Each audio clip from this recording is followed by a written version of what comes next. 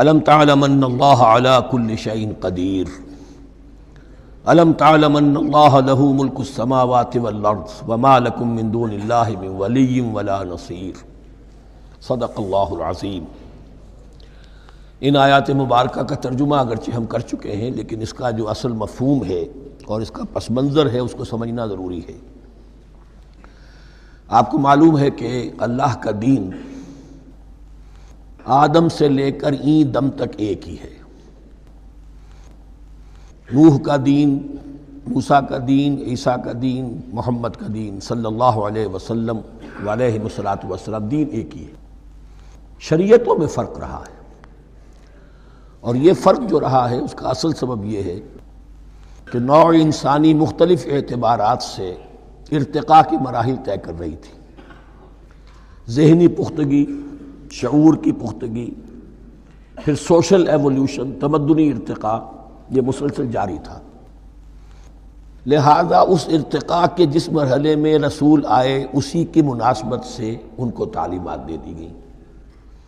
ان میں وہ حصے بھی تھے کہ جو ایٹرنل ہیں، جو ہمیشہ رہیں گے، اور ایسے بھی تھے کہ جو اس زمانے کی مناسبت سے تھے۔ اب جب اگلا رسول آئے گا تو ظاہر بات ہے کہ ان میں سے کچھ چیزوں میں تغیر و تبدل ہو جائے گا، کچھ چیزیں نئی آ جائیں گی، کچھ پرانی ساقط ہو جائیں گی۔ یہ پرانی چیزوں کا ساقط ہونا یہ کہلاتا ہے ناسخ ہونا، ناسخ و منسوخ کا مسئلہ، کہ وہ حکم منسوخ ہو گیا اور اس کی جگہ پر کوئی اور حکم آ گیا ہے۔ یا تو اللہ تعالیٰ تعین کے ساتھ منسوخ فرماتے ہیں، یا یہ کہ اس شے کو سرے سے لوگوں کے ذہنوں سے زائل کر دیتے ہیں۔ اعتراض یہ کر رہے تھے یہودی کہ اگر تو یہ دین وہی ہے جو موسیٰ کا تھا تو ظاہر بات ہے کہ پھر شریعت پوری وہی ہونی چاہیے۔ اس کے اعتراض کا جواب ہے جو یہاں دیا جا رہا ہے، اور یہی مسئلہ پھر قرآن میں بھی ہے۔ قرآن کی بھی تدریج کے ساتھ شریعت کی تکمیل ہوئی ہے۔ جیسا کہ میں نے پہلے عرض کیا تھا، شریعت کا بلو پرنٹ آپ کو سورہ بقرہ میں مل جائے گا آگے چل کر، لیکن شریعت کی تکمیل ہوئی ہے سورہ مائدہ میں۔ یہ جو تقریباً 5-6 سال کا وقفہ ہے، اس میں کچھ احکام شروع میں دیے گئے، پھر ان میں رد و بدل کر کے، اور پھر آخر میں الیوم اکملت لکم دینکم واتممت علیکم نعمتی ورضیت لکم الاسلام دینا۔ تو یہ ناسخ و منسوخ کا مسئلہ صرف سابقہ شریعتوں اور شریعت محمدی میں نہیں ہے صلی اللہ علیہ وسلم، بلکہ خود شریعت محمدی میں بھی زمانی اعتبار سے ارتقاء ہوا ہے۔ کہ پہلے شراب کے بارے میں حکم دیا گیا کہ اس کی مضرت زیادہ ہے، گناہ کا پہلو زیادہ ہے، کچھ فائدے بھی ہیں، بس۔ اس کے بعد آیا اگر شراب کے نشے میں ہو تو نماز مت پڑھو، نماز کے قریب مت جاؤ۔ پورے معاہدہ میں آخری حکم آ گیا، حال انتم منتہون، اب باز آتے ہو کہ نہیں آتے، حرام کر دیا گیا۔ تو یہ تدریجاً ہوا ہے۔ تو ناسخ و منسوخ قرآن میں بھی ہے، اور ناسخ و منسوخ قرآن اور تورات کے مابین بھی ہے۔ تو ہم نہیں منسوخ کرتے کوئی آیت یا بھلوا دیتے ہیں اس کو، نأتی بخیر منہا، ہم اس سے بھی بہتر لے آتے ہیں، او مثلہا، یا اس جیسی ہی۔ الم تعلم ان اللہ علی کل شیء قدیر، اب یہ کہ یہ تو اللہ کی اتھارٹی ہے، مالک الملک وہ ہے، دین اس کا ہے، اس میں وہ جس طریقے سے چاہے کسی چیز کے اندر تبدیلی پیدا کر دے۔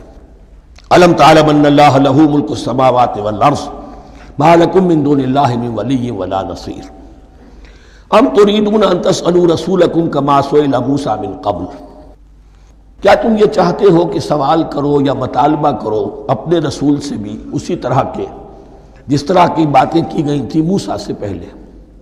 مثلا ہم دیکھ چکے ہیں کہ ان سے کہا گیا کہ ہم نہیں مانیں گے جب تک کہ اللہ کو دیکھ نہ لے عیاناً، یا اسی طرح کے اور مطالبے جو حضرت موسیٰ علیہ السلام سے کیے جاتے تھے۔ یہاں مسلمانوں کو سکھایا جا رہا ہے کہ اس روش سے باز آؤ، ایسی بات تمہارے اندر پیدا نہیں ہونی چاہیے۔ وَمَن يَتَبَدَّلِ الْكُفْرَ بِالْإِيمَانِ فَقَدْ ضَلَّ سَوَاءَ السَّبِيلِ، ظاہر بات ہے ایسی حرکتیں بھی اب مسلمانوں میں سے بھی جو منافقین ان میں شامل تھے وہی کر رہے ہوں گے۔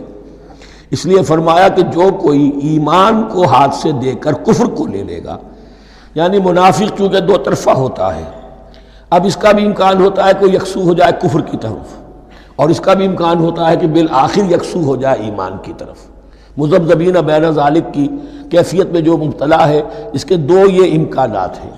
تو جو کفر کی طرف جا کر مستقل طور پر راغب ہو گیا اس کا ذکر ہے، وَمَن يَتَبَدَّلِ الْكُفْرَ بِالْإِيمَانِ فَقَدْ ضَلَّ سَوَاءَ السَّبِيلِ، تو وہ تو سیدھی راہ سے بھٹک گیا۔ وَدَّ كَثِيرٌ مِّنْ أَهْلِ الْكِتَابِ لَوْ يَرُدُّونَكُم مِّن بَعْدِ إِيمَانِكُمْ كُفَّارًا، اہل کتاب میں سے بہت سے لوگ ہیں جو چاہتے ہیں کہ کسی طرح لوٹا کر لے جائیں تمہیں تمہارے ایمان کے بعد پھر کفار بنا دیں۔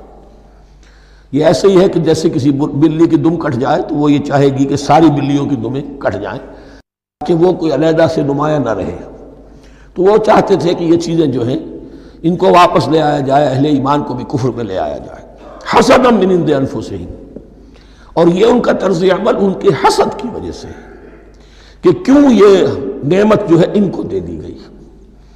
من بعد ما تبین لہم الحق، اس کے بعد کہ ان پر حق بالکل واضح ہو چکا ہے، وہ جان چکے ہیں، پہچان چکے ہیں، کسی مغالطے میں نہیں ہے، غلط فہمی میں نہیں ہے۔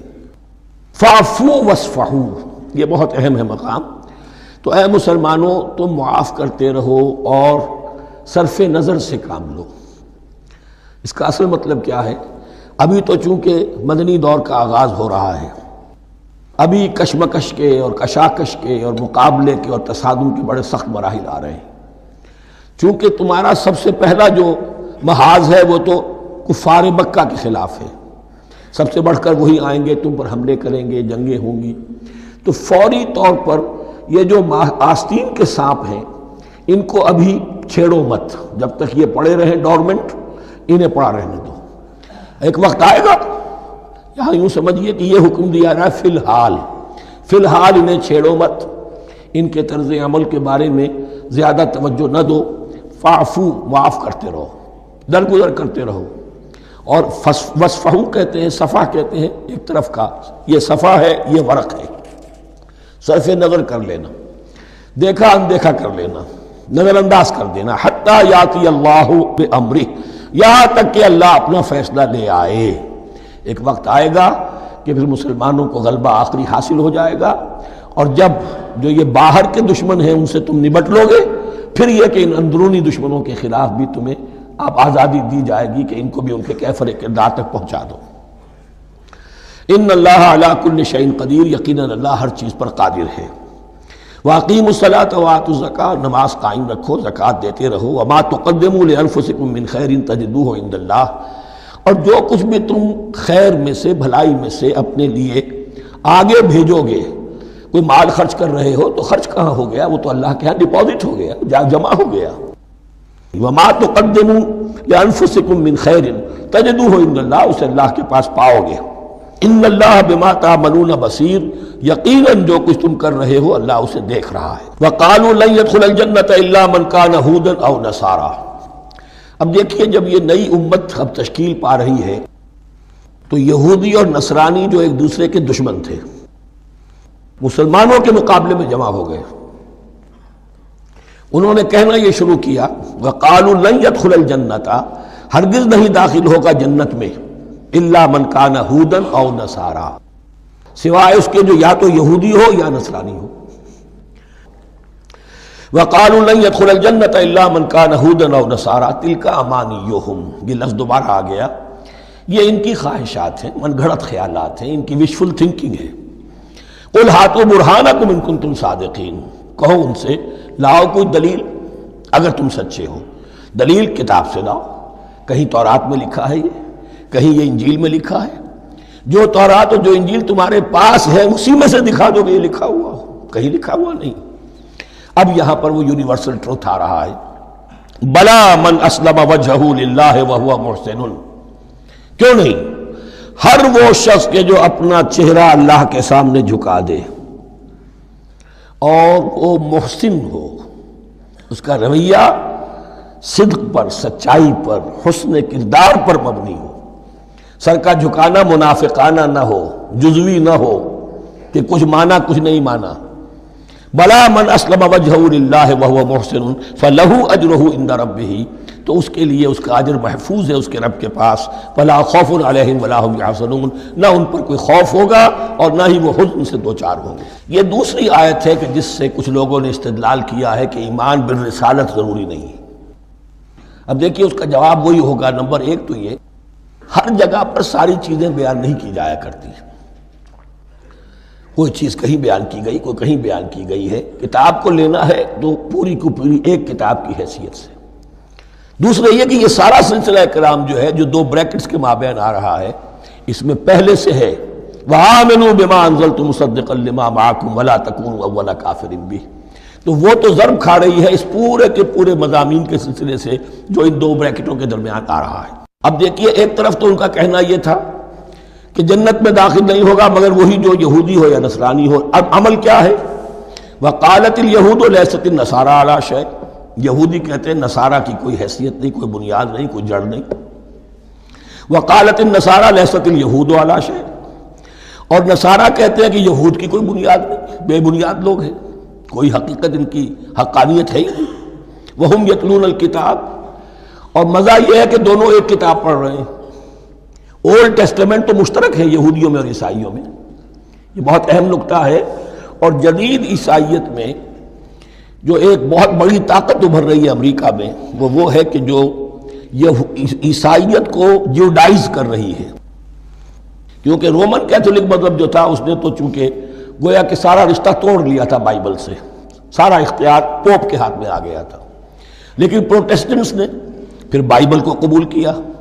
اب اس کی منطقی انتہا یہ کہ اولڈ ٹیسٹمنٹ کے اوپر بھی اب ان کی توجہ ہو رہی ہے کہ آخر یہ بھی تو ہم مانتے ہیں کہ ہماری کتاب ہے، اور اس میں جو کچھ لکھا ہے اس کو نظر انداز کیسے کر سکتے ہیں۔ ہم نے جو ایک سیمینار کیا تھا امریکہ میں، جس میں ایک یہودی عالم بھی آئے تھے، ایک عیسائی بھی آئے تھے، اور مسلمانوں کی طرف سے بھی ہمارے ایک ساتھی نے بات کی تھی، تو وہاں ایک یہودی عالم نے کہا کہ اس وقت اسرائیل کو سب سے بڑی سپورٹ جو مل رہی ہے وہ ان عیسائیوں سے مل رہی ہے امریکہ میں سے، کہ جو اس وقت ایونجلسٹ کہلاتے ہیں وہاں پر، اور جو ایک بڑا فرقہ بن کر ابھر رہے ہیں۔ بہرحال یہ ان کا طرز عمل ہے۔ وَهُمْ يَتْلُونَ الْكِتَابَ، اور وہ دونوں کے دونوں کتاب کے پڑھنے والے ہیں۔ كَذَلِكَ قَالَ الَّذِينَ لَا يَعْلَمُونَ مِثْلَ قَوْلِهِمْ، اسی طرح کہا تھا ان لوگوں نے کہ جو کچھ بھی نہیں جانتے انہی کی سی بات کہی تھی، یعنی یہ اشارہ ہے مشرکین مکہ کی طرف۔ فَاللَّهُ يَحْكُمُ بَيْنَهُمْ يَوْمَ الْقِيَامَةِ فِيمَا كَانُوا فِيهِ يَخْتَلِفُونَ، تو اللہ تعالیٰ فیصلہ کر دے گا ان کے مابین قیامت کے دن ان تمام باتوں کا جن میں کہ یہ اختلاف کر رہے تھے۔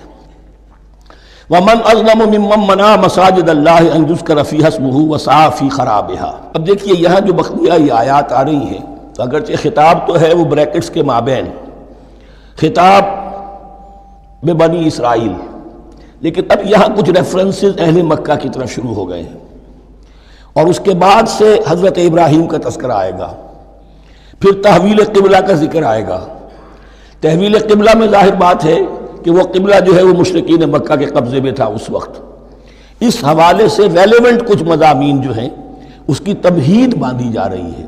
یہ ساری تمہید ہے جو آگے آنے والا مضمون ہے تحویل قبلہ، جو علامت تھی اس بات کی کہ اب وہ سابقہ امت مسلمہ معزول کر دی گئی اور نئی امت محمد صلی اللہ علیہ وسلم اس مقام پر نصب کر دی گئی، انسٹال کر دی گئی۔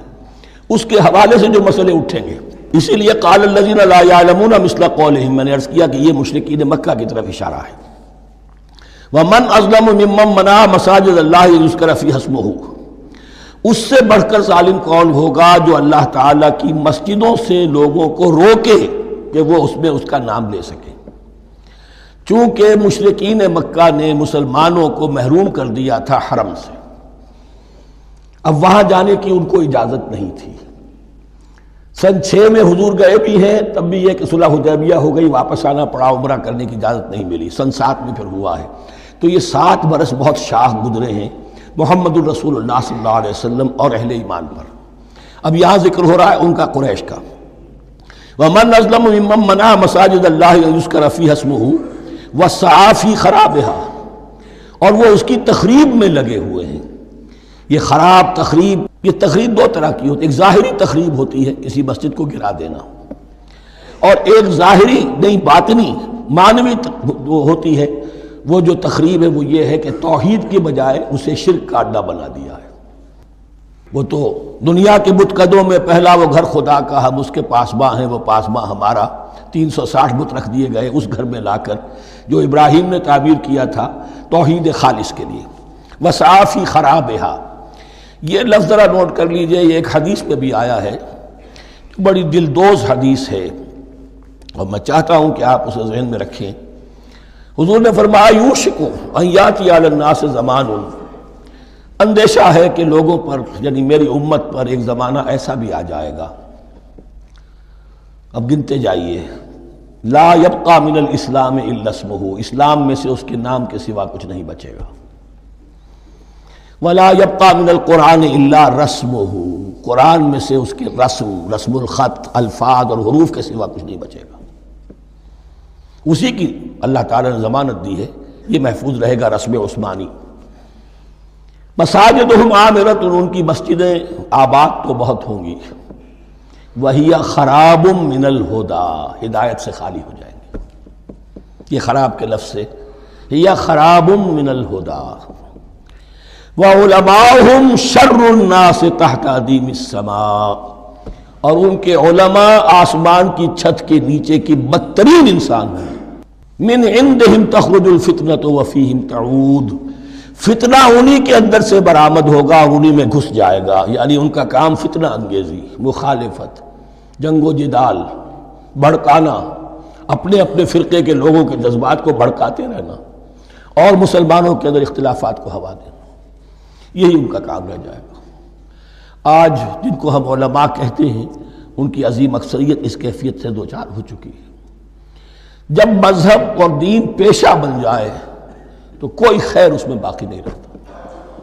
یہ دین اور مذہب پیشہ نہیں تھا، اسلام میں کوئی پیشوائیت نہیں، اسلام میں کوئی پاپائیت نہیں، اسلام میں کوئی برہمنزم نہیں، اسلام تو ایک کھلا، ہر شخص کتاب اللہ پڑھے، ہر شخص عربی سیکھے، ہر شخص کو امامت کے قابل ہونا چاہیے، ہر شخص اپنی بچی کا نکاح خود پڑھائے، ہر شخص اپنے والد کا جنازہ خود پڑھے۔ یہ جو ہم نے پیشہ بنا لیا ہے اور پھر انہیں پیسے دیتے، ظاہر بات ہے کہ پھر اس پیشے کے اندر تو پیشے میں عیب نہیں، رکھیے نہ فرہاد کو نام، پھر تو پیشہ میں تو جو کچھ پیشہ ورانہ چشمکیں ہوتی ہیں اور جو خباثتیں ہوتی ہیں وہ آتی ہیں۔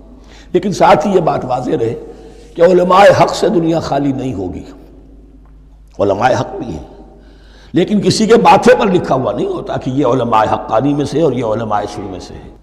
باقی یہ صحیح بات ہے کہ اکثریت ادھر جا چکی ہے، ورنہ امت کا بیڑا غرق نہ ہوتا، سیدھی سیدھی بات، یہ بیڑا غرق ہوا ہے تو آخر کوئی سبب ہے۔ اولئک ما کان لہم ان یدخلوها الا خائفین، ایسے لوگوں کو تو سوائے اس کے ان کا کوئی مقام نہیں ہے کہ انہیں داخل ہونے کی بھی اجازت نہیں ہونی چاہیے اس میں، یعنی اللہ کی مسجدوں میں، مگر خوف زدہ ہو کر، ڈر کر۔ لہم فی الدنیا خزی، کے لیے دنیا میں بھی رسوائی اور ذلت ہے، لہم فی الآخرۃ عذاب عظیم، اور آخرت میں ان کے لیے عذاب عظیم ہے۔ وَلِلَّهِ الْمَشْرِقُ وَالْمَغْرِبُ، اب دیکھیے تمہید ہو رہی ہے تحویل قبلہ کے لیے۔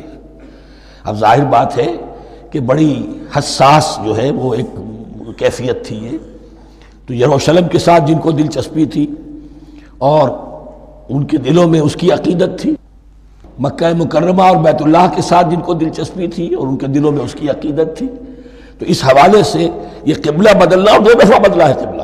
پہلے آ کے مدینے میں حضور نے یروشلم کی طرف 16 مہینے نماز پڑھی اور پھر تحویل قبلہ ہوا، تو اب اس میں کئی امتحان ہو گئے، وہ آگے آ جائے گا، لیکن اس کی تمہید باندھی جا رہی ہے۔ للہ المشرق والمغرب، مشرق اور مغرب سب اللہ کے ہیں، یعنی اگر ہم رخ کرتے ہیں مغرب کی طرف تو اس کے معنی یہ نہیں ہے کہ اللہ مغرب میں ہے، معاذ اللہ، اللہ تو جہت سے، مقام سے، ماورا وراء الورا۔ یہ تو یہ ہے کہ ایک یکسانیت پیدا کرنے کے لیے، اجتماعی رنگ دینے کے لیے ایک چیز کو قبلہ بنا دیا، علامت ہے۔ غالب نے ٹھیک کہا ہے، قبلے کو اہل نظر قبلہ نما کہتے ہیں، قبلہ جو ہے وہ مسجود تو نہیں ہے پرے سرحد ادراک سے اپنا مسجود، قبلے کو اہل نظر قبلہ نما کہتے ہیں۔ للہ المشرق والمغرب فینما تولوا فثم وجہ اللہ، جدھر بھی تم رخ کرو گے وہ اللہ ہی کا رخ ہے۔ ان اللہ واسع علیم، یقیناً اللہ بہت وسعت والا ہے، بہت وسعت والا ہے، وہ کسی سمت میں محدود نہیں ہے، اور علیم ہے، ہر شے کا جاننے والا ہے۔ دیکھیے یہاں یہ آیت کہہ کے اور چھوڑ دیا مسئلہ، اگلے مسئلے پر آ گئے، آگے آپ کو پتہ چلے گا کہ یہ در حقیقت ایک تمہید باندھی جا رہی ہے تحویل قبلہ کے لیے۔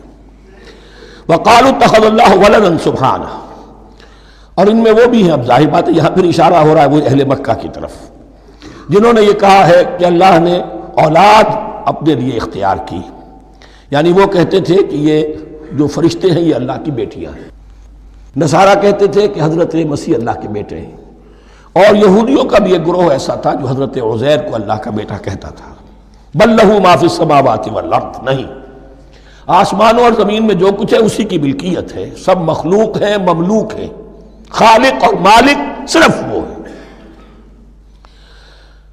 کل لہ قانتون، اور سب کے سب اس کے فرما بردار ہیں، بڑے سے بڑا رسول، بڑے سے بڑا ولی، بڑے سے بڑا فرشتہ، بڑے سے بڑے اجرام سماویہ، سب کل لہ قانتون۔ بدیع السماوات والارض، وہ آسمان اور زمین کو پیدا کرنے والا ہے بغیر کسی شے کے۔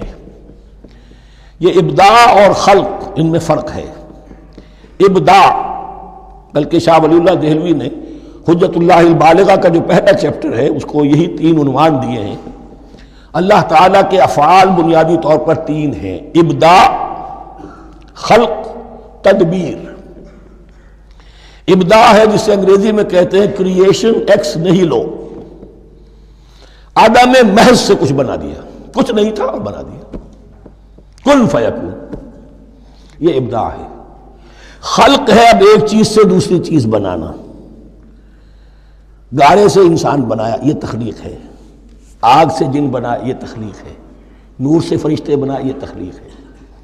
تو ابداع، بدیع وہ ہے کہ جس نے نئی چیز، اسی لیے بدعت ہمارے ہاں کہلاتی ہے وہ شے جو دین میں نہیں تھی اور خواہ خواہ لا کے شامل کر دی گئی، جس کی کوئی جڑ بنیاد دین میں نہیں ہے، وہ بدعت ہے۔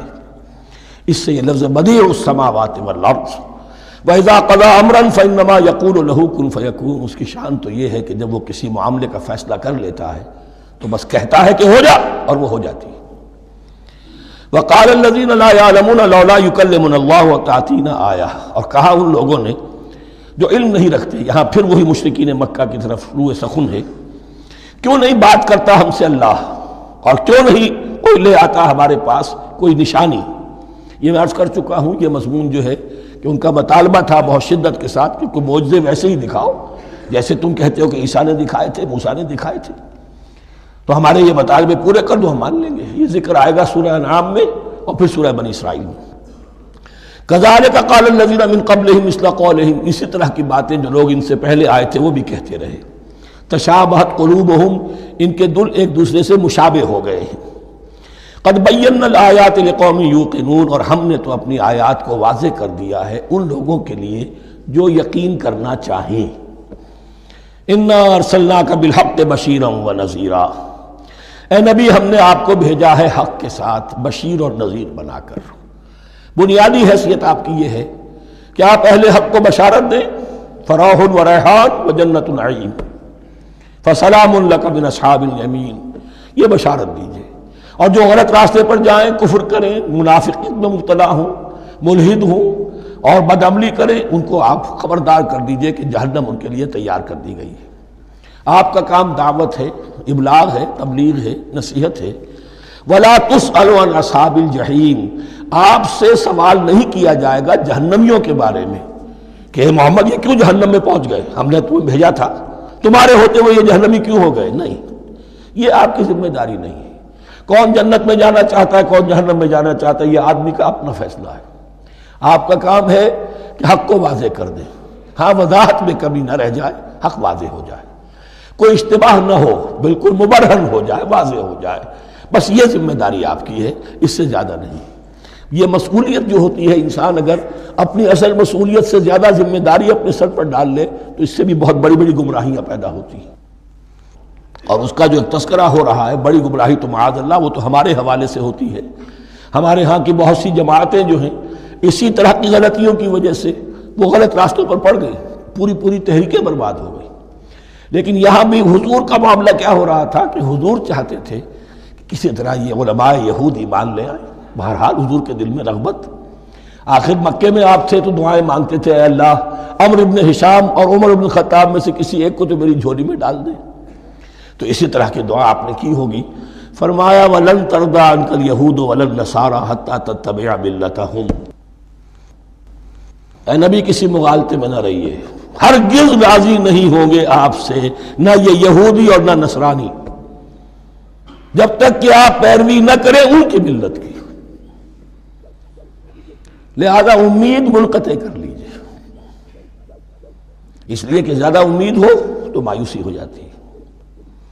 اقبال نے بہت خوب کہا ہے بندہ مومن کے بارے میں، جس کی امیدیں قلیل، جس کے مقاصد جلیل۔ مقصد اونچا لیکن امید قلیل رکھیے، اللہ چاہے گا تو ہو جائے گا، نہیں چاہے گا تو میرا کام تو اپنی حد تک اپنا فرض ادا کر دینا ہے۔ اس سے زیادہ کی جو ہے خواہش اپنے دل میں پالیں گے، کسی اجلت پسندی میں گرفتار ہو جائیں گے، کہیں دائیں بائیں ہک اور کرک کے ذریعے سے کہیں پہنچنے کی کوشش کریں گے اور اپنے آپ کو بھی برباد کر دیں گے۔ لن ترضى عنك اليهود ولا النصارى حتى تتبع ملتهم قل ان هدى الله هو الهدى، کہہ دیجئے دیکھو ہدایت تو ہے اللہ کی ہدایت۔ وَلَئِنِ اتَّبَعْتَ أَهْوَاءَهُمْ، اور نبی آپ بھی کان کھول کر سن لیں، اگر آپ نے ان کی خواہشات کی پیروی کی، یہاں ہم جوڑ دیں گے الفاظ بالفرض، بالفرض بفرض محال، اگر آپ نے ان کی خواہشات کی پیروی کی کہ کچھ چلو لے دو کر معاملہ کر لو، کچھ ان کی بات مانو، کچھ اپنی بات منوا لو۔ یہ مکے میں بھی قریش کی طرف سے بھی آیا تھا کہ کچھ اپنی بات منوا لیجئے، کچھ ہماری مانی، کمپرومائز کیجئے۔ اب ظاہر بات ہے کہ یہاں اب یہود کے ساتھ یہی معاملہ ہے۔ وَلَئِنِ اتَّبَعْتَ أَهْوَاءَهُمْ بَعْدَ الَّذِي جَاءَكَ مِنَ الْعِلْمِ مَا لَكَ مِنَ اللَّهِ مِنْ وَلِيٍّ وَلَا نَصِيرٍ، اور اگر بفرض محال آپ نے پیروی کی ان کی خواہشات کی، اس کے بعد کہ آپ کے پاس علم آ چکا، تو نہیں ہوگا کوئی بھی اللہ کے مقابلے میں آپ کے لیے کوئی مددگار یا حمایتی۔ معاذ اللہ، معاذ اللہ، حق کی تلوار بڑی ننگی ہے۔ اور یہاں اللہ کا عدل یہ فرد سے فرد تک بدلتا نہیں ہے، نہ امت سے امت کی طرف بدلے گا، قوم اور کسی اور قوم سے ایک معاملہ، کسی دوسری قوم سے کوئی اور معاملہ نہیں۔ اللہ کے اصول ہیں، اللہ کے قوانین ہیں، اس کی فطرت ہے، فطرت اللہ التی فطر الناس علیہا، پھر یہ کہ اس کی سنت ہے، لن تجد لسنت اللہ تحویلا ولن تجد لسنت اللہ تبدیلا۔ الذین آتیناہم الکتاب یتلونہ حق تلاوتہ، وہ لوگ کہ جنہیں ہم کتاب دیتے ہیں وہ اس کی تلاوت کرتے ہیں جیسا کہ اس کی تلاوت کا حق ہے۔ اس پر میں نے اپنے کتابچے میں بحث کی ہے، تلاوت کا اصل حق کیا ہے۔ مسلمانوں پر قرآن مجید کے حقوق نامی کتابچہ، اب یہاں پہ تفصیل سے بیان کرنے کا وقت نہیں ہے، لیکن ایک بات جان لیجئے کہ تلاوت کا لفظ جو قرآن کے لیے قرآن نے اختیار کیا، یہ بڑا ذو معنیین ہے۔ تلا یتلو ہم اسے بھی کہتے ہیں پڑھنا، اور تلا یتلو کسی کے پیچھے پیچھے چلنے کو کہتے ہیں۔ والشمس وضحاها والقمر اذا تلاها، سورج کے بعد پیچھے آتا ہے چاند۔ تو یتلو کے معنی کیا ہے؟ when you are reading the book you are following the text۔ بعض لوگوں کو دیکھا ہوگا انگلی ان کی چلتی ہے ساتھ ساتھ، وہ بیچارے جو زیادہ ماہر نہیں ہیں تو تاکہ نگاہ ادھر سے ادھر نہ ہو جائے، ایک سطر سے دوسری سطر پر نہ پہنچ جائے، انگلی بھی ساتھ ساتھ پھیرتے ہیں، تو فالوئنگ دی ٹیکسٹ۔ لیکن اس تلاوت کا اصل حق کیا ہوگا؟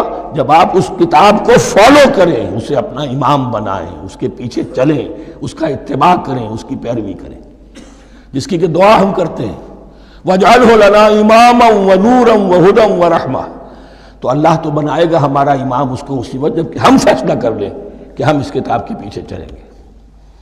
الذین آتیناہم الکتاب یتلونہ حق تلاوتہ اولئک یؤمنون بہ، جو اللہ کی کتاب کی تلاوت کا حق ادا کریں اور اس کی پیروی بھی کریں، وہی ہیں جو اس پر ایمان رکھتے ہیں۔ جو نہ تلاوت کا حق رکھتے ہوں ادا کریں، نہ پیروی کریں، وہ دعویٰ کریں کہ ہمارا ایمان ہے تورات پر اور کتاب پر، تو یہ دعویٰ جو ہے جھوٹا دعویٰ ہے۔ میں وہ حدیث آپ کو سنا چکا ہوں، ما آمن بالقرآن من استحل محارمہ، جس شخص نے قرآن کی کسی حرام کردہ شے کو اپنے لیے حلال کر لیا، اس کا قرآن پر کوئی ایمان نہیں۔ وَمَنْ يَكْفُرْ بِهِ فَأُولَٰئِكَ هُمُ الْخَاسِرُونَ، اور جو اس کا کفر کرے گا تو وہی لوگ ہیں خسارے میں رہنے والے۔ اب وہ بریکٹ بند ہو رہی ہے، وہ آیت کے جو چھٹے رکوع کے شروع میں آئی تھی دوبارہ آ گئی جوں کی توں، یا بنی اسرائیل اذکروا نعمتی التی انعمت علیکم وانی فضلتکم علی العالمین۔ یہ ترتیب ذہن میں رکھیے۔ اور دوسری آیت بھی جو کہ تو، صرف یہ ہے کہ ترتیب تھوڑی سی بدلی ہے۔ بریکٹ یوں بناتے ہیں تو اس کی چونچ ادھر ہوتی ہے تو اس کی چونچ ادھر ہوتی ہے. تو اسی طریقے سے ذہن میں رکھیے کہ دوسری آیت کی ترتیب تھوڑی سی بدل دی درمیانی، اور وہ بھی درمیان میں چونچ والا معاملہ جو ہوتا ہے. وَاتَّقُوا يَوْمًا لَا تَجْزِي نَفْسٌ عَن نَفْسٍ شَيْئًا، یہ تو جو کا تو وہی ہے. ڈرو اس دن سے جس دن کوئی جان کسی دوسری جان کے کام نہ آ سکے گی.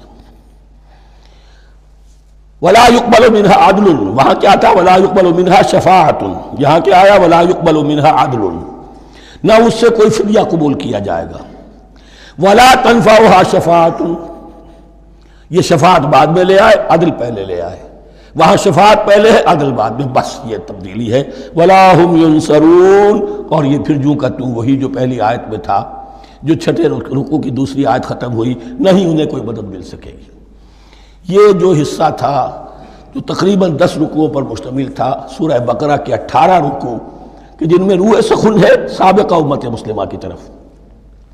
4 رکوع بڑے عموم کے حامل تھے، لیکن بین السطور وہاں بھی اشارے موجود تھے. روح سخن جو تھا وہ بنی اسرائیل کی طرف. 10 رکوعوں میں صراحت کے ساتھ ساری گفتگو انہی سے ہے، الا یہ کہ ایک جگہ مسلمانوں سے خطاب کر لیا، کچھ آخر میں اہل مکہ کا تذکرہ بھی ہو گیا. اب اس کے بعد ذکر شروع ہو رہا ہے حضرت ابراہیم علیہ السلام کا. وہ بات سمجھ لیجئے کہ کیا وجہ ہے اس کی. دیکھیے حضرت ابراہیم کی نسل کی یہ 2 شاخیں چلی، ویسے تو 3 ہیں. عام طور پر لوگوں کے علم میں ہے کہ 2 بیویاں تھیں. حضرت ہاجرہ سے حضرت اسماعیل پیدا ہوئے، بڑے تھے. حضرت سارہ سے حضرت اسحاق، ان کے بیٹے یعقوب، یعقوب کے 12 بیٹے بنی اسرائیل. حضرت اسماعیل کو حضرت ابراہیم نے آباد کیا خانہ کعبہ کے پاس لا کر، بواد غیر ذی زرع، تو وہاں یہ جو ایک نسل چلی. لیکن نبوت جو ہے حضرت ابراہیم کے بعد حضرت اسماعیل کو تو ملی، اس کے بعد مسلسل یوں سمجھیے کہ تقریباً 3000 کا فصل ہے سالوں کا کہ کوئی نبوت اس شاخ میں نہیں آئی. نبوت کا سلسلہ چلا دوسری شاخ میں، حضرت یعقوب، حضرت اسحاق، حضرت یعقوب، حضرت یوسف، چلتے جائیے، اور پھر حضرت موسیٰ اور ہارون سے شروع ہو کر حضرت عیسیٰ اور یحییٰ تک 1400 برس مسلسل. اگرچہ تیسری شاخ بھی تھی، بنو قطورہ کہلاتے، تیسری اہلیہ آپ کی تھی قطورہ. بنی قطورہ میں سے ان کی اولاد بڑی کثیر تھی. ان میں سے ایک مدین تھے، مدین یا مدیان، ان میں حضرت شعیب کی بعثت ہوئی تھی. حضرت شعیب بھی حضرت ابراہیم کی نسل میں سے ہیں، لیکن بنی مدیان میں سے.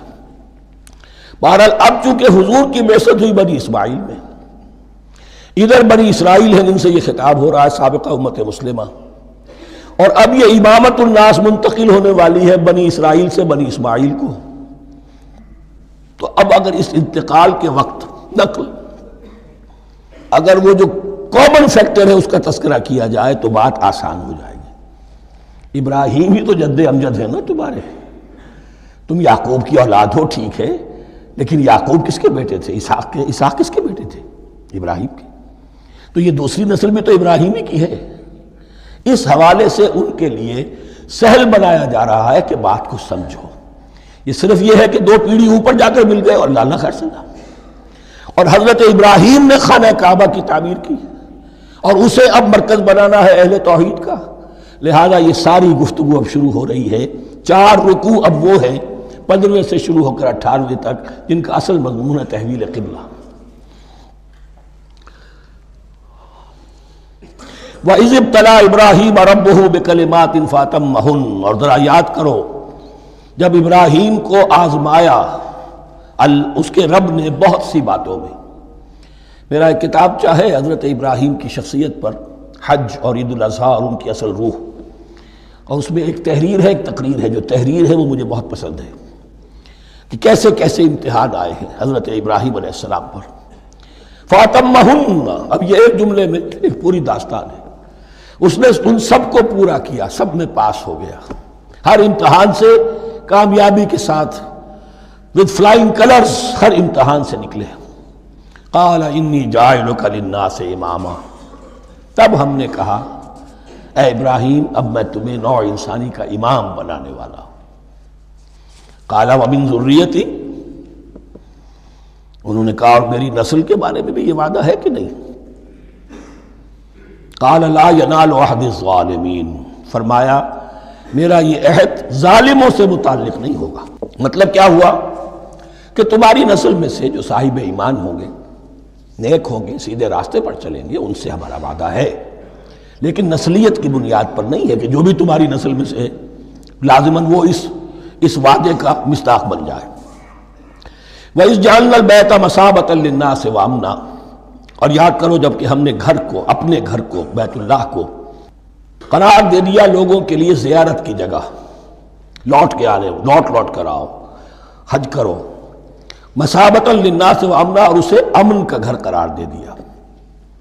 وَاتَّخِذُوا مِن مَّقَامِ إِبْرَاهِيمَ مُصَلًّى، اور ہم نے حکم دیا کہ مقام ابراہیم کو اپنی جائے نماز بنا لو، نماز پڑھنے کی جگہ بنا لو۔ آج کل تو بعض علماء نے یہ کہا ہے کہ مقام ابراہیم سے مراد کوئی خاص پتھر نہیں ہے، بلکہ اصل میں وہ تو پوری جگہ جو تھی وہ مقام ابراہیم، حضرت ابراہیم وہاں آباد ہوئے تھے۔ لیکن صحیح بات وہی ہے جو ہمارے سلف سے چلی آ رہی ہے، روایات پختہ ہیں اس کے بارے میں کہ یہ جس طریقے سے حجر اسود جنت سے آیا ہے، ایسے ہی یہ بھی ایک پتھر تھا کہ جو جنت سے لایا گیا حضرت ابراہیم کے لیے جب وہ تعمیر کر رہے تھے، کوئی اور ذرائع تو ابھی تھے ہی نہیں، اس کے اوپر وہ کھڑے ہوتے تھے اور یہ پتھر ہی اونچا ہوتا جاتا تھا خود۔ اب جیسے جیسے تعمیر اوپر جا رہی ہے تو اس کے لیے یہ پتھر اونچا ہوتا تھا، وہ پتھر ہے جو مقام ابراہیم اب بھی محفوظ ہے، اور وہاں پر پھر طواف کر کے کعبے کا مکمل، پھر اس کے آس پاس جو ہے 2 رکعت جو ہے وہ ادا کی جاتی ہے نماز۔ وَعَهِدْنَا إِلَىٰ إِبْرَاهِيمَ وَإِسْمَاعِيلَ أَن طَهِّرَا بَيْتِيَ لِلطَّائِفِينَ وَالْعَاكِفِينَ وَالرُّكَّعِ السُّجُودِ، اور ہم نے عہد لے لیا تھا ابراہیم اور اسماعیل سے کہ تم دونوں ہمارے اس گھر کو، بیتیا، میرے اس گھر کو پاک رکھو۔ اب یہ تطہیر بھی دونوں طرح کی ہوگی، ظاہری صفائی بھی ہو، گند نہ ہو، تاکہ ظاہر آئیں تو ان کے دلوں میں جو کدورت پیدا نہ ہو، کوفت نہ ہو، کھلی فضا ہو، صاف رکھو۔ اور تطہیر باطنی، وہاں توحید کا چرچا ہو، کوئی اور کفر اور شرک جو ہے وہ نہ آنے پائے۔ ان طہرا بیتی للطائفین والعاکفین، طواف کرنے والوں کے لیے، اعتکاف کرنے والوں کے لیے، والرکع السجود، اور رکوع اور سجود کرنے والوں کے لیے۔ وَإِذْ قَالَ إِبْرَاهِيمُ رَبِّ اجْعَلْ هَٰذَا بَلَدًا آمِنًا وَارْزُقْ أَهْلَهُ مِنَ الثَّمَرَاتِ مَنْ آمَنَ مِنْهُمْ بِاللَّهِ وَالْيَوْمِ الْآخِرِ، اور یاد کرو جب کہ ابراہیم نے کہا تھا اے میرے پروردگار اس گھر کو امن کی جگہ بنا دے، اور اس کے رہنے والوں، اس کے ہاں آباد ہونے والوں کو یعنی بنی اسماعیل کے لیے ان کو رزق عطا فرما، میووں کا اور پھلوں کا۔ من آمن منہم باللہ والیوم الآخر، اب یہاں حضرت ابراہیم خود رک گئے کہ میں اپنی ساری اولاد کے لیے یہ دعا نہ کروں، اس لیے کہ وہاں روک دیا گیا تھا لا ینال عہد الظالمین، تو جو بھی ان میں سے ایمان اور عمل صالح والے ہوں اور یوم آخر پر ایمان رکھتے ہوں، اجعل هذا البلد آمنا وارزق اهله من الثمرات من آمن منهم باللہ والیوم الآخر۔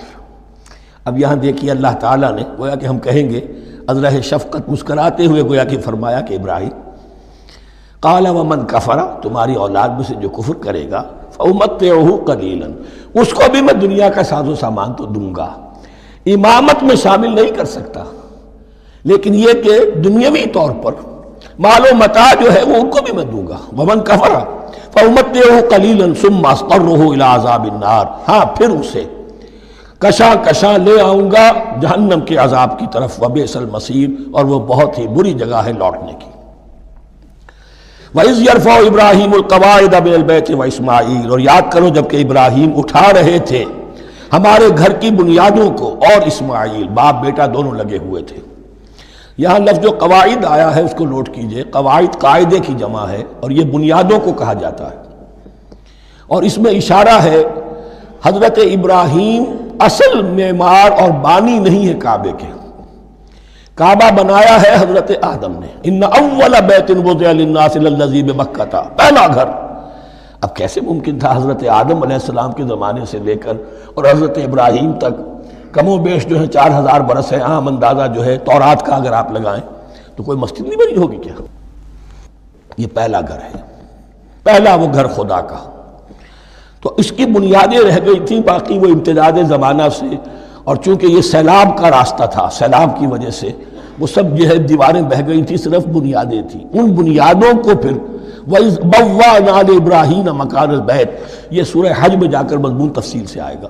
اب میں آئے گا کہتا ہوں، آ چکا ہے حقیقت کے اعتبار سے، اس لیے کہ یہ ساری مکی صورتیں ہیں جو نازل ہو چکی ہیں سورہ بقرہ سے بہت پہلے۔ تو جب وہ ان بنیادوں کو اٹھا رہے تھے تو دعائیں مانگ رہے تھے، ربنا تقبل منا انک انت السمیع العلیم، اے رب ہماری اس کوشش کو، ہماری اس مشقت کو، محنت کو قبول فرما۔ باہر گھر بنا رہے ہیں، پتھر اٹھا اٹھا کر لا رہے ہیں، حضرت اسماعیل کی عمر اس وقت لگ بھگ 13 برس ہے، ہاتھ بٹا رہے ہیں، ربنا تقبل منا انک انت السمیع العلیم، اے رب ہماری اس کوشش کو شرف قبول عطا فرما، یقیناً تو سب کچھ سننے والا اور جاننے والا ہے۔ ربنا وجعلنا مسلمین لک، اور اے رب ہمیں اپنا فرما بردار بنائے رکھ۔ نوٹ کیجئے ابراہیم کہہ رہے ہیں، تو میں اور آپ اگر مطمئن ہو جائیں کہ میری موت لازماً حق پر ہوگی تو بہت بڑا دھوکہ ہے۔ ڈرتے رہنا چاہیے، اللہ کی پناہ طلب کرتے رہنا چاہیے۔ ربنا وجعلنا مسلمین لک، اے اللہ ہم دونوں کو اپنا فرما بردار بنائے رکھ، ومن ذریتنا امۃ مسلمۃ لک، اور ہم دونوں کی نسل میں سے اٹھائیو برپا کی جو ایک امت جو تیری فرما بردار امت ہو۔ وارنا مناسکنا، اور اے پروردگار تیرا گھر تو ہم نے یہ بنا دیا، اب اس کے جو رسومات ہیں وہ ہمیں سکھا، جو مناسک حج ہیں، ارنا مناسک، اب کیسے حج کریں، کیا آداب ہوں گے، طواف کیسے ہوگا، کیا کریں گے۔ وتب علینا، اور ہم پر اپنی شفقت کی نظر فرما، انک انت التواب الرحیم، یقیناً تو ہی ہے بہت ہی زیادہ توبہ کا قبول فرمانے والا اور شفقت کے ساتھ رجوع کرنے والا اور رحم فرمانے والا۔ ربنا وبعث فیہم رسولا منہم، اور اے ہمارے پروردگار ہماری اس نسل میں، اب چونکہ ہماری نسل مراد ہے بنی اسماعیل، بنی اسرائیل اسماعیل کی نسل میں سے تو نہیں ہے نا، یہاں دونوں کی نسل سے مراد ہے تو وہ بنی اسماعیل، ہماری اس نسل میں اٹھائی ہو ایک رسول انہی میں سے، باہر کا نہ ہو، کوئی مغایرت کا اجنبیت کا پردہ حائل نہ ہو، وہ کیا کرے، یتلو علیہم آیاتک، تیری آیات ان کو پڑھ کر سنائے، وَيُعَلِّمُهُمُ الْكِتَابَ وَالْحِکْمَةَ، اور صرف سنائے نہیں، تعلیم دے انہیں کتاب اور حکمت کی۔ صرف سنا دینا تو بہت آسان کام ہے، سکھانا، تعلیم دینا، دلوں میں بٹھانا، اور حکمت، وَيُزَكِّيهِمْ، اور ان کو پاک کرے، ان کا تزکیہ کرے، ان کے دلوں میں تیری محبت اور آخرت کی طلب کے سوا کوئی طلب باقی نہ رہنے دے۔ انک انت العزیز الحکیم، یقیناً پروردگار تو ہی ہے زبردست اور کمال حکمت والا۔ وَمَن يَرْغَبُ عَن مِّلَّةِ إِبْرَاهِيمَ إِلَّا مَن سَفِهَ نَفْسَهُ، اور ایسا شخص کون سا ہوگا جو ابراہیم کے طریقے سے منہ موڑے۔ یہ رغبت کا نظر بھی زبان میں دونوں طرف جاتا ہے، رغبہ الہ، کسی شے کی طرف رغبت ہونا، محبت ہونا، میلان ہونا، اور رغبہ عن، کسی شے سے متنفر ہونا، کسی شے سے ابا کرنا، اس کو چھوڑ دینا۔ وَمَن يَرْغَبُ عَن مِّلَّةِ إِبْرَاهِيمَ إِلَّا مَن سَفِهَ نَفْسَهُ، سوائے اس کے جس نے اپنے آپ کو حماقت ہی میں مبتلا کرنے کا فیصلہ کر لیا ہو، اور کون ہوگا جو ابراہیم کے طریقے سے منہ موڑے۔ وَلَقَدِ اصْطَفَيْنَاهُ فِي الدُّنْيَا، اور ہم نے تو اسے دنیا میں بھی پسند کر لیا تھا، چن لیا تھا۔ وَإِنَّهُ فِي الْآخِرَةِ لَمِنَ الصَّالِحِينَ، اور یقیناً آخرت میں بھی وہ ہمارے صالح بندوں میں سے ہوں گے۔ اِذْ قَالَ لَهُ رَبُّهُ أَسْلِمْ قَالَ أَسْلَمْتُ لِرَبِّ الْعَالَمِينَ، جب کہا اس سے اس کے پروردگار نے کہ مانو میرا حکم، اس نے کہا پروردگار قبول ہے تیرا حکم، یہاں تک کہ ذبح کرو بیٹے کو، حاضر۔ یہ آخری امتحان تھا، آخری 100 برس کی عمر میں، 87 برس کی عمر میں دعائیں مانگ مانگ کر بیٹا لیا تھا اسماعیل۔ حضرت سارہ کے ہاں کوئی اولاد نہیں ہوئی تھی، اب وہ 13 برس کا تھا، بازو بن گیا تھا، اور اس وقت ذبح کرنے کا حکم آیا۔ جب بھی کہا ہم نے مانو ہمارا حکم، قال اسلمت لرب العالمین، اللہ تعالی ہمیں بھی توفیق دے کہ اس کی پیروی کریں۔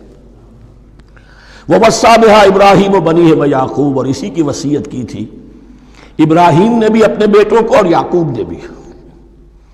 یا بنی، وہ کیا تھی نصیحت، اے میرے بیٹو، ان اللہ اصطفیٰ لکم الدین، دیکھو اللہ نے تمہارے لیے دین کو پسند فرما لیا ہے۔ کون سا دین؟ فلا تموتن الا وانتم مسلمون، اور دیکھنا موت نہ آنے پائے مگر فرما برداری کی حالت میں۔ یہی بات آئے گی سورہ آل عمران میں مسلمانوں سے خطاب کر کے، یا ایھا الذین آمنوا اتقوا اللہ حق تقاتہ ولا تموتن الا وانتم مسلمون، اور ان الدین عند اللہ الاسلام ومن یبتغ غیر الاسلام دینا فلن یقبل منہ۔ ام کنتم شہداء اذ حضر یعقوب الموت، کیا تم اس وقت موجود تھے جب یعقوب کی موت کا وقت آیا؟ جب آدم کی یعقوب پر موت، یہ لفظی ترجمہ ہوگا، اذ حضر یعقوب الموت اذ قال لبنیہ ما تعبدون من بعدی، حضرت یعقوب نے اپنے سارے بیٹوں کو جمع کیا، 12 کے 12، اور مصر میں پہنچ چکے تھے یہ حضرت یوسف علیہ السلام کے ذریعے سے، جو سورہ یوسف میں ساری کہانی آئے گی، وہاں انتقال ہوا۔ تو انہوں نے اپنے بیٹوں کو جمع کیا، اذ قال لبنیہ ما تعبدون من بعدی، میرے بعد تم کس کی پوجا کرو گے، کس کی پرستش کرو گے؟ یہ بات نہیں تھی کہ انہیں معلوم نہیں تھا، لیکن یہ کہ ایک میثاق، قول و قرار اور پختہ کرنے کے لیے۔ قالوا نعبد الہک و الہ آبائک ابراہیم و اسماعیل و اسحاق، انہوں نے کہا کہ ہم پوجیں گے، بندگی کریں گے، پرستش کریں گے آپ کے معبود کی اور آپ کے آبا ابراہیم، اسماعیل اور اسحاق کے معبود کی، اور یہ کوئی مختلف معبود نہیں، الہ واحدہ، وہ تو ایک ہی الہ ہے۔ وَنَحْنُ لَهُ مُسْلِمُونَ، ہم اس کے لیے، اس کے سامنے سر جھکاتے ہیں، اسی کی فرما برداری کا اقرار کرتے ہیں۔ تِلْكَ أُمَّةٌ قَدْ خَلَتْ، یہ آیت 2 مرتبہ آئے گی اسی رکوع میں۔ یہ ایک گروہ تھا انسانوں کا جو گزر گیا، ابراہیم، اسماعیل، اسحاق، یعقوب، ان کی اولاد، قد خلت، وہ گزر گئے۔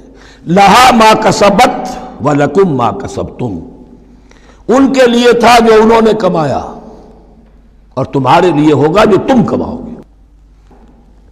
یعنی یہاں پدرم سلطان بود کا کوئی مقام نہیں ہے، ہر شخص کے لیے اپنا عمل، اپنا ایمان، اپنی کمائی۔ وَلَا تُسْأَلُونَ عَمَّا كَانُوا يَعْمَلُونَ، تم سے یہ نہیں پوچھا جائے گا کہ وہ کیا کرتے تھے، تم سے پوچھا جائے گا تم کیا کر کے لائے ہو۔ تو راچے ہے، پدرم سلطان بود تو راچے ہے، تم کیا ہو بھائی، تو اپنی بات کرو، باپ تمہارا سلطان تھا، ہوگا۔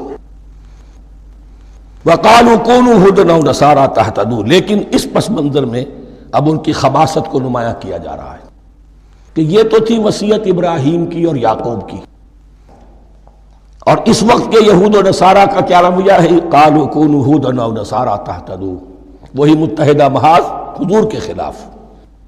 یا تو یہودی، انہوں نے کہا کہ یا یہودی ہو جاؤ یا نصرانی تو ہدایت پر ہو جاؤ گے۔ قل بل ملت ابراہیم حنیفا، کہہ دیجئے نہیں، بل نتبع، ہم تو نتبع یہاں پر محذوف مانیے، بل نتبع ملت ابراہیم حنیفا، نہیں، ہم تو پیروی کریں گے ابراہیم کے طریقے کی، بالکل یکسو ہو کر۔ وما کان من المشرکین، اور وہ مشرکوں میں سے نہیں تھے۔ قولوا آمنا باللہ، اب یہاں مسلمانوں کو حکم دیا جا رہا ہے۔ دیکھو تم ان کے جو کچھ وہ کہتے ہیں اس کے جواب میں تم یہ کہو، قولوا کہو آمنا باللہ، ہم ایمان رکھتے ہیں اللہ پر، وما انزل الینا، اور جو کچھ نازل کیا گیا ہماری جانب، وما انزل الی ابراہیم و اسماعیل و اسحاق و یعقوب، اور جو کچھ نازل کیا گیا ابراہیم اور اسماعیل اور اسحاق اور یعقوب کی طرف، والاسباط، اور ان کی اولاد کی طرف، وما اوتی موسیٰ و عیسیٰ، اور جو کچھ دیا گیا موسیٰ کو اور عیسیٰ کو، وما اوتی النبیون من ربہم، اور جو کچھ دیا گیا تمام نبیوں کو ان کے رب کی طرف سے، لا نفرق بین احد منہم، ہم ان میں سے کسی کے مابین تفریق نہیں کرتے، ہم سب کو مانتے ہیں۔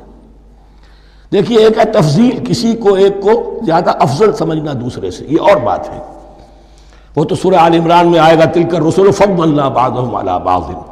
تفریق یہ کہ ایک کو مانے ایک کو نہ مانے، ان رسولوں میں سے ایک کا انکار سب کا انکار، لا نفرق بین احد منہم ونحن له مسلمون، اور ہم نے تو اسی کی فرما برداری کا قلادہ اپنی گردن میں ڈال دیا ہے۔ فَإِنْ آمَنُوا بِمِثْلِ مَا آمَنْتُمْ، پھر اے مسلمانوں اگر یہ بھی ایمان لائیں یہود اور نصارہ بالکل اسی طرح جیسے تم ایمان لائے ہو، نو کمپرومائز، ٹھیک ٹھیک وہی دین اختیار کریں، وہی راستہ جو کہ محمد کے ذریعے سے تمہیں دیا گیا صلی اللہ علیہ وسلم، فَإِنْ آمَنُوا بِمِثْلِ مَا آمَنْتُمْ بِهِ فَقَدْ اهْتَدَوْا، تب وہ ہدایت پر ہوں گے۔ وَإِنْ تَوَلَّوْا، اور اگر وہ پیٹھ موڑ لیں، فَإِنَّمَا هُمْ فِي شِقَاقٍ، تو اس کے معنی یہ ہیں کہ وہ زدم زدہ میں اور دشمنی کے اندر وہ مبتلا ہو چکے ہیں۔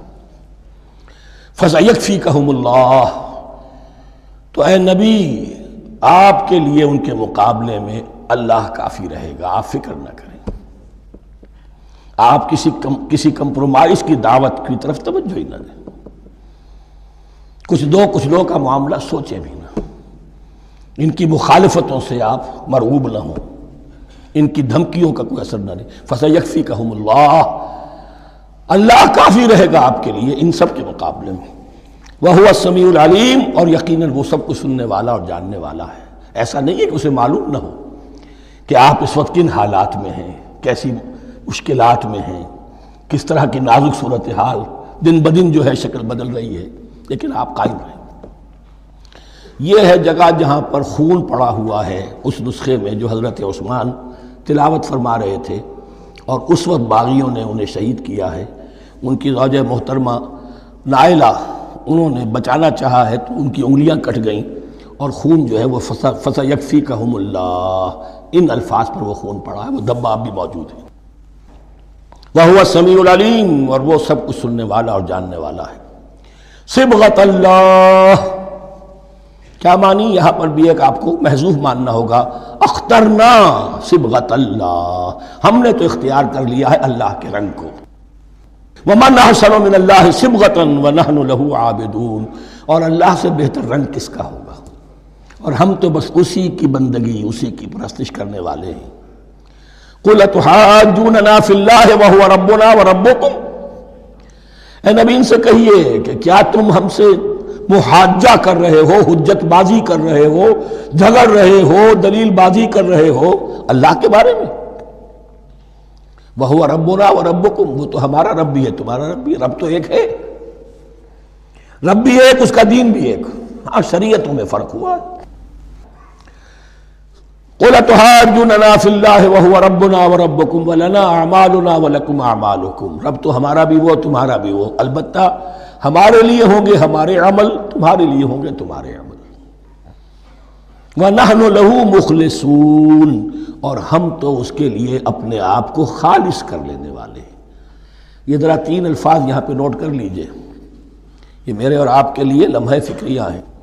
نحن لہو مسلمون، 136ویں آیت اس پر ختم ہوئی، ہم اس کے سامنے سر تسلیم خم کرتے ہیں، ان میں سے تو ہم بھی شامل ہیں۔ نحن لہو عابدون، آیت نمبر 138، ہم اس کی بندگی کرنے والے ہیں، اسی کی بندگی کرنے والے ہیں۔ تو صرف اسلام نہیں، عبادت اور ٹوٹل عبادت، ٹوٹل بندگی، پوری زندگی میں اس کے ہر حکم کی پیروی اور اطاعت۔ اس سے آگے بات آئی وَنَحْنُ لَهُ مُخْلِصُونَ، یہ عبادت اخلاص کے ساتھ نہیں ہے تو منافقت ہے۔ اس عبادت سے کوئی دنیا کی منفعت پیش نظر نہ ہو، سوداگری نہیں، یہ عبادت خدا کی ہے۔ دنیا بنانا، دنیا کمانا، دین کو ذریعہ بنانا، اس سے بڑا، اس سے بڑی اور اس سے گری ہوئی کوئی حرکت نہیں۔ اخلاص، حضور نے فرمایا من صلی یرائی فقط اشرکا ومن صام یرائی فقط اشرکا ومن تصدق یرائی فقط اشرکا، جس نے نماز پڑھی دکھاوے کے لیے اس نے شرک کیا، جس نے روزہ رکھا دکھاوے کے لیے اس نے شرک کیا، اور جس نے صدقہ خیرات دیا دکھاوے کے لیے اس نے شرک کیا۔ وَنَحْنُ لَهُ مُخْلِصُونَ، نَحْنُ لَهُ مُسْلِمُونَ، نَحْنُ لَهُ عَابِدُونَ، نَحْنُ لَهُ مُخْلِصُونَ۔ اللهم ربنا اجعلنا منهم، اللهم ربنا اجعلنا منهم۔ ام تقولون ان ابراہیم واسماعیل واسحاق ویعقوب والاسباط كانوا هودا او نصارا، کیا تمہارا کہنا یہ ہے کہ ابراہیم اور اسماعیل اور اسحاق اور یعقوب اور ان کی اولاد یہودی تھے یا نصرانی تھے؟ تم جو کہتے ہو کہ یا یہودی ہو جاؤ یا نصرانی تب ہدایت پاؤ گے، تو ابراہیم یہودی تھے یا نصرانی؟ اور اسحاق اور یعقوب اور یوسف اور موسیٰ اور عیسیٰ یہ کون تھے؟ یہی بات آج مسلمانوں کو سوچنی چاہیے۔ محمد الرسول اللہ اور ان کے اصحاب دیوبندی تھے یا بریلوی تھے یا اہل حدیث تھے یا شیعہ تھے یا سنی تھے؟ ان تقسیموں سے اوپر ہونے کی ضرورت ہے۔ اللہ کے ساتھ اخلاص کا تقاضا یہ ہے، ٹھیک ہے ایک فقہی مسلک کے اعتبار سے ایک شخص کسی مسلک کی پیروی کر رہا ہے، لیکن اپنے آپ کو اس سے آئیڈینٹیفائی کرانا اور اس مسلک کو مقدم رکھنا دین پر، اور اس مسلک ہی کے لیے محنت اور مشقت اور بھاگ دوڑ تبلیغ ہو رہی ہے اسی کی، یہ چیز بالکل اس اصل حقیقت کے خلاف ہے کہ جو اللہ کے دین نے ہمیں سکھائی ہے۔ ام تقولون ان ابراہیم و اسماعیل و اسحاق و یعقوب والاسباط کانوا ھودا او نصارا قل انتم اعلم ام اللہ، کہیے ان سے کہ تم زیادہ جانتے ہو یا اللہ زیادہ جانتا ہے۔ ومن اظلم ممن کتم شہادۃ عنده من اللہ، کان کھول کر سن لو، اس سے بڑھ کر ظالم کون ہوگا جس نے اللہ کی ایک گواہی جو اس کے پاس تھی اسے چھپا لیا۔ تمہارے پاس گواہیاں ہیں، علماء یہود جانتے تھے یہ اللہ کے رسول ہیں جن کے ہم منتظر تھے، اس گواہی کو چھپائے بیٹھے۔ ومن اظلم ممن کتم شہادۃ عنده من اللہ وما اللہ بغافل عما تعملون، اور اللہ ہرگز غافل نہیں ہے کہ اس سے جو تم کر رہے ہو۔ تلک امۃ قد خلت، یہ گروہ مقدس جماعت تھی یہ جس کے یہ گلے سرسبد تھے، یہ گزر گئے۔ لہا ما کسبت ولکم ما کسبتم، جو کمائی انہوں نے کی، جو عمل انہوں نے کمائے وہ ان کے لیے، تمہارے لیے نہیں۔ تمہارے لیے وہ ہوگا جو تم کماؤ گے۔ ولا تسألون عما كانوا يعملون، اور تم سے ان کے عمل کے بارے میں نہیں پوچھا جائے گا کہ انہوں نے کیا کیا، تم سے سوال یہ ہوگا کہ تم نے کیا کیا۔ بارک اللہ لی ولکم فی القرآن العظیم۔